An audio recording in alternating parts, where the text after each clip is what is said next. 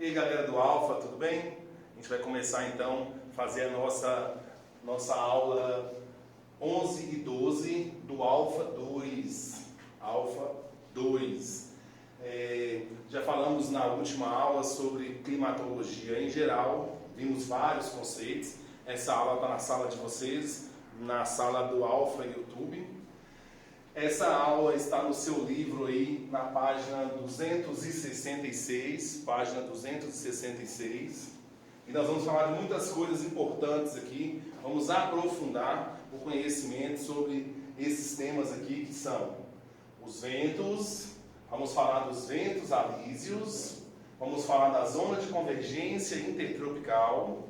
E vamos falar também sobre o El Niño e a Laninha, que estão aí em sequência na página aí. Tranquilo? Vocês estão firmes, todo mundo estudando, não é isso? Vai dar certo, a gente vai continuar fazendo essas videoaulas. Repare que eu estou fazendo um modelo do quadro bem semelhante à sala de aula, para que você, quando for estudar, você vai anotando isso no seu caderno como se fosse uma aula presencial. Bacana? Então vamos começar então. Os ventos, eles circulam no mundo de forma aleatória ou existe uma lógica? O que vocês acham? Esses ventos, eles circulam com base em uma lógica. Não existe uma formação de ventos que se dá de maneira aleatória. Esses ventos sempre vão seguir uma lógica. Essa lógica é chamada lei. Que lei é essa? É a chamada lei da circulação. Lei da circulação atmosférica. Lei da circulação atmosférica. O que diz essa lei da circulação atmosférica? Quem já foi meu aluno aí vai lembrar. Quem já estudou isso no ensino médio também vai lembrar que a lei da circulação atmosférica determina que os ventos, eles vão soprar de áreas, atenção, áreas de alta pressão, para áreas de baixa pressão, Então, repetindo, anota aí, vou ditar. Os ventos sempre sopram das áreas de alta pressão para as áreas de baixa pressão. Tranquilo? Os ventos sempre sopram das áreas de alta pressão para as áreas de baixa pressão. Olha que interessante agora. Repare que eu desenhei baixa pressão de vermelho e desenhei alta pressão de azul. Por quê? Tem fundamento. As áreas de alta pressão são áreas quentes ou frias? São áreas frias. Áreas em que a temperatura é mais baixa. São áreas em que o ar está frio. Então, áreas de alta pressão são áreas onde predomina o ar frio. Por que, Anderson? Pensa comigo. O ar frio, ele é um ar pesado. Então, como ele é pesado, ele exerce alta pressão e faz com que os ventos saiam. Esses ventos vão para qual região? Vão para as regiões quentes. Por quê? Porque áreas quentes são áreas em que o ar é leve e, por conseguinte, esse ar leve, ascendente, faz com que os ventos entrem nessa área, porque o ar ascendente ele faz com que essa área tenha baixa pressão. Lembra o que é pressão? Pressão é o peso do ar. Bacana? Então vou desenhar aqui, os ventos, Olha os ventos. Os ventos saem das áreas de alta pressão e vão para as áreas de baixa pressão. Os ventos saem das áreas de alta pressão e vão para as áreas de baixa pressão. Tranquilo até aí? Essas áreas de baixa pressão, por esse motivo, elas vão ser chamadas de áreas ciclonais. Recebem os ciclones, recebem os ventos. Já as áreas de alta pressão são chamadas de áreas anticiclonais. Elas dispersam os ciclones, elas dispersam os ventos. Área de alta pressão, anticiclonal. Área de baixa pressão, ciclonal. Tranquilo? Olha a dica para você lembrar no vestibular se tiver alguma dúvida. Quando você sente calor, quando você está quente, você liga o ar-condicionado, você liga o ventilador. Para quê? Para você receber os ventos, para você se refrescar. Então, áreas quentes são sempre áreas receptoras de ventos. Bacana? Com base nesse raciocínio, vamos para cá, ó. Nós vamos ver como circula a dinâmica dos ventos alísios. Como circula, então, a dinâmica dos ventos alísios. Olha aqui.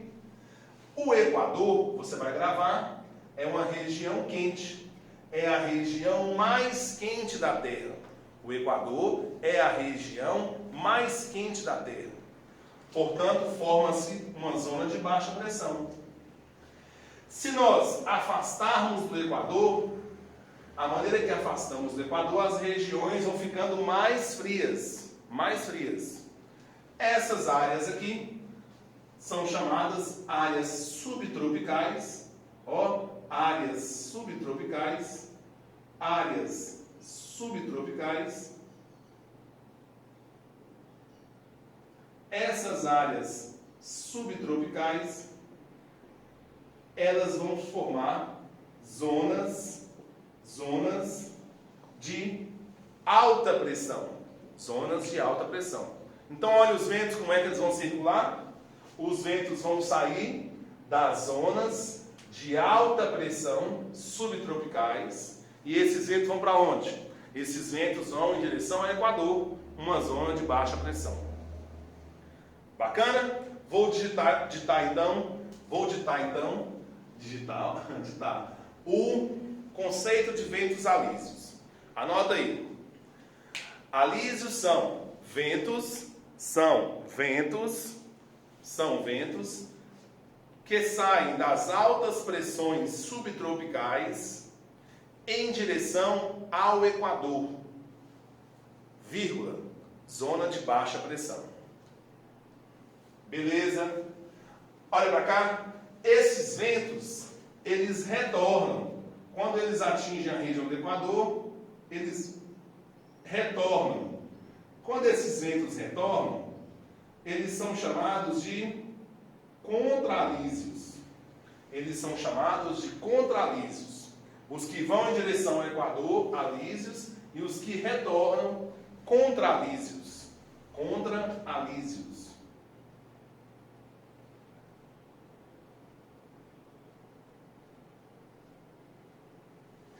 Essa região, então, é uma região de constante circulação atmosférica. Os alísios vêm em direção ao Equador, esquentam, sobem, esfriam, descem.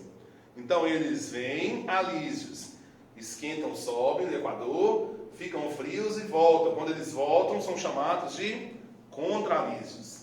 Essa área em que os alísios vêm e contralísios retornam, essa região é chamada de célula de Hadley. Célula de Hadley, que foi quem pesquisou e descobriu sobre essa dinâmica dos ventos. O mesmo raciocínio vai servir então para todos os outros ventos. O polo é uma região fria, sopram os ventos polares.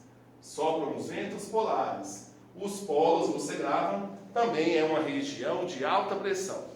Na sua página 266 aí, vai ter um mapinha com desenho de todos esses ventos aí. Aí você vai sempre lembrar da lei da circulação atmosférica.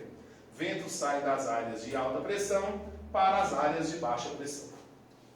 Tranquilo? Continuando então com a nossa videoaula. Na América do Sul e no Brasil, nós temos aqui parte do nosso território que é cortado pela linha do Equador. A linha do Equador corta o Brasil na porção norte e nordeste do Brasil. Portanto, nós temos 93% das terras do Brasil no hemisfério sul e 7% das terras do Brasil no hemisfério norte. Somos cortados pelo Equador. Essa região, então, é uma região em que circulam muitos ventos. Tanto que a região Nordeste tem um grande potencial eólico. A região litorânea do Brasil, na porção Nordeste, tem um grande potencial eólico, porque essa região sopram muitos ventos. Essa área em que os ventos encontram, atenção para a sigla para você escrever, essa área em que os ventos encontram são chamadas de áreas de zona de convergência intertropical. Zona de convergência intertropical é onde os ventos convergem. O que quer dizer convergir? Convergir quer dizer encontrar. Então é uma região com grande potencial eólico, essa faixa norte e nordeste do Brasil, e em especial o litoral, que facilita a circulação de ventos. Então ZCIT é chamada de zona de convergência intertropical. Bacana? Olha só, essa zona ela é fixa ou ela varia? Essa zona varia. Se aqui é verão, se no nosso hemisfério é verão, essa região, essa zona, vai estar mais aqui, cortando mais o Brasil. Quando aqui é inverno, essa zona de baixa pressão, né, vai se direcionar mais para o hemisfério norte, que lá vai ser verão. Então essa zona ela varia. Aqui essa posição que eu mostrei aqui para a gente é quando acontece aí a zona de convergência intertropical no hemisfério sul. No hemisfério sul. Bacana? E nós estudamos na aula passada, na videoaula passada, o que são massas de ar. Nós vimos que lá do sul, da América do Sul, vou colocar aqui, ó, existe uma massa chamada PA. Essa massa é chamada massa polar atlântica. Tá lembrado? Quando essa massa polar adentra no continente, em especial no Brasil, nós já falamos que ocorreu a formação de uma frente fria. O que isso causa no tempo para a gente? O que isso causa? Onde, gente? No tempo. Tá vendo? Não pode usar a expressão errada. Clima é um comportamento permanente, um comportamento duradouro. Então as massas de ar influenciam no tempo. Ela vai então fazer com que essas áreas sofram instabilidade no tempo. Anota aí. A frente fria causa instabilidade no tempo. Lembra que, se você observar ontem, né? Vou postar essa aula hoje para vocês. Ontem deu uma chuva forte no fim da tarde aí, por volta de 4 horas, né? Choveu ali em várias partes de Montes Claros. Aquela chuva, você percebe que ela se formou de repente. Aquela chuva decorre da passagem de uma frente fria. Nós estamos entrando aí nos meses frios. Nós estamos no outono, né? Estamos no outono e estamos caminhando para a estação do inverno. É quando essa frente fria, é quando essa massa já começa a atingir o Brasil, a tornar-se mais forte, formando aí as zonas de instabilidade e causando aí chuvas. Como chamam as chuvas que essa frente vai causar? Quem lembra? Chuvas frontais. A frente fria vai adentrar aqui e vai encontrar com massas quentes. O nosso território tem predomínio de massas quentes. Somos um país tropical e por esse motivo vão causar as chuvas frontais. Bacana demais, né? Relembrando tudo aí. Essa frente fria, ela pode atingir até aqui, ó, a região norte do Brasil. E por onde ela passa, ela provoca queda na temperatura e esse fenômeno aqui vai ser chamado assim, ó, vai causar o que nós chamamos de friagem. Friagem na Amazônia. Bacana, aprendemos então a lei da circulação atmosférica, aprendemos aí sobre os ventos alísios, contralísios, célula de Hadley, aprendemos o que são zonas de convergência intertropical, onde os ventos convergem, onde os ventos se encontram, aprendemos o que é frente fria, relembramos qual é a massa que provoca essa frente fria nesses meses de outono e inverno, massa polar atlântica, de origem subantártica, e vimos que pode causar friagem na Amazônia. Já viu alguma reportagem falando que nevou no Brasil? Ou que caiu geadas? Isso é possível. E isso provavelmente vai ocorrer agora nos próximos meses. Final de abril, mês de maio, junho e julho. Onde acontece isso? Na região mais fria do Brasil. Ó, que linha é essa aqui que corta o Brasil? Trópico de Capricórnio. Trópico de Capricórnio. Abaixo do Trópico de Capricórnio, nós temos a zona temperada do Sul, que é onde ficam os estados Paraná, Santa Catarina, Rio Grande do Sul. Essas áreas têm grande probabilidade de sofrerem geadas e também a ocorrência de neve. Então fique atento, é possível, já ocorreu neve no Brasil. Sempre isso vai ocorrer em quais estações? Nas estações mais frias, outono e inverno, com a influência da massa polar atlântica. Bacana, caminhando para o finalzinho da nossa aula. Então aí, vamos falar sobre o El Niño. O que é o El Niño? Vou escrever bem grande aqui a palavra. Ó. O El Niño é um fenômeno. É um fenômeno.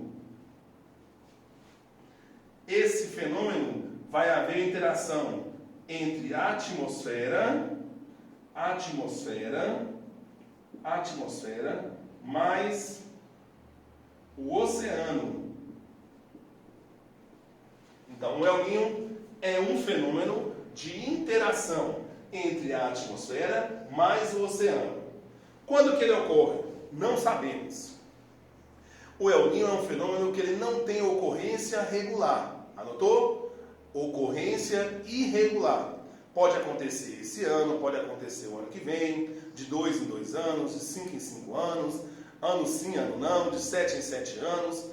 Não existe uma ocorrência determinada. Existe muito estudo sobre a origem do fenômeno El Niño. Inclusive, os estudos são realizados por grandes cientistas da NASA. E não se sabe dizer ao certo o que causa esse fenômeno. O que nós temos de conhecimento sobre ele? O que nós sabemos sobre o El Niño? O que cai no vestibular sobre o El Niño? Anota aí.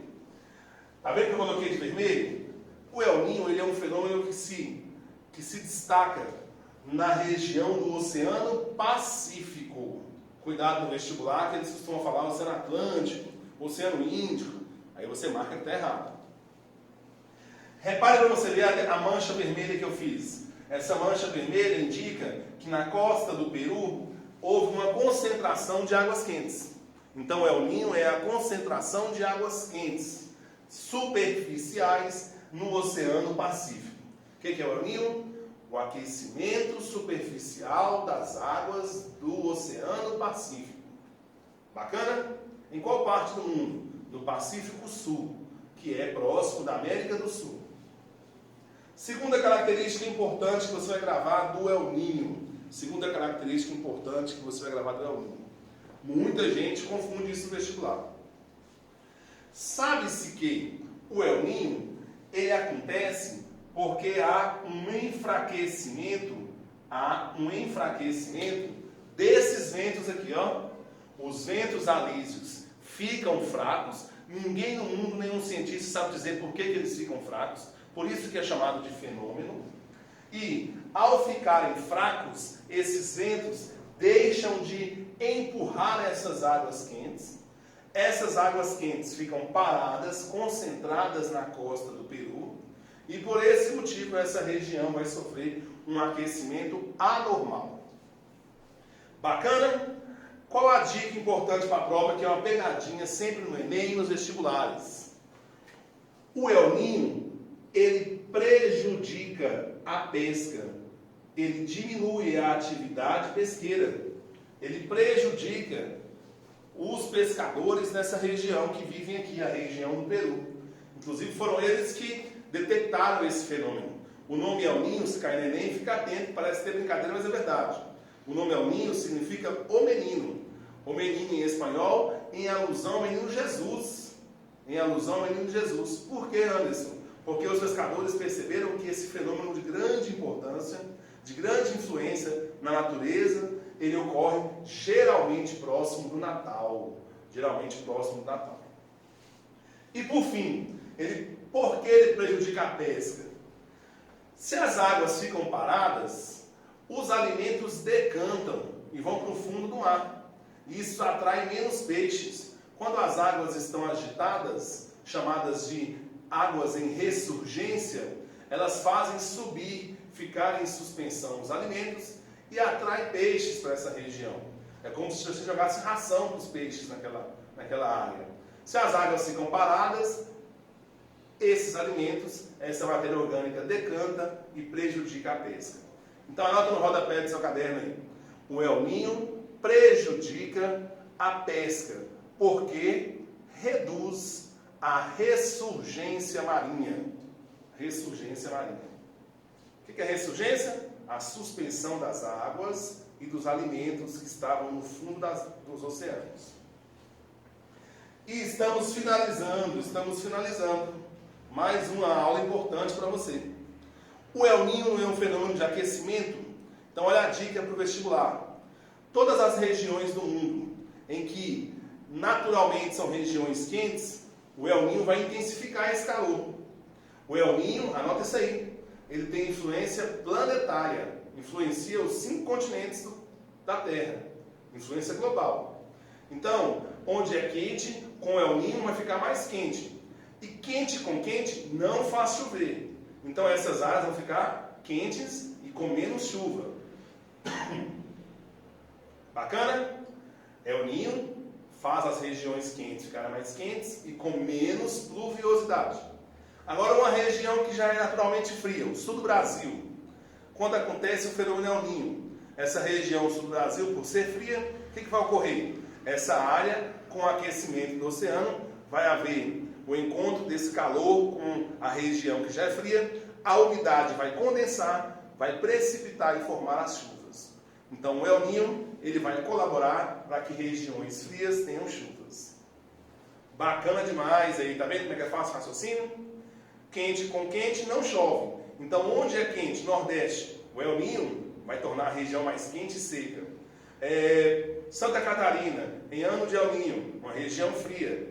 Quente com frio vai tornar essa região mais chuvosa.